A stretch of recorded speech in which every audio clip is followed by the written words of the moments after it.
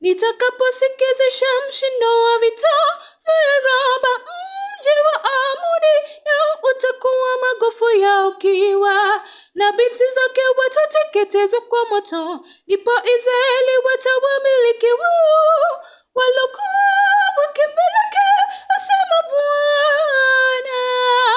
Siku zinakuja, asema Bwana, nitakaposikizisha mshindo wa vita juu ya Raba, mji wa Amoni, na utakuwa magofu ya ukiwa, na binti zake watateketezwa kwa moto. Ndipo Israeli watawamiliki walokuwa wakimiliki, asema Bwana.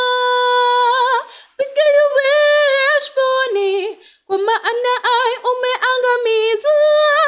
Lieni enyi binti za Raba, mjitwike nguo za magunia.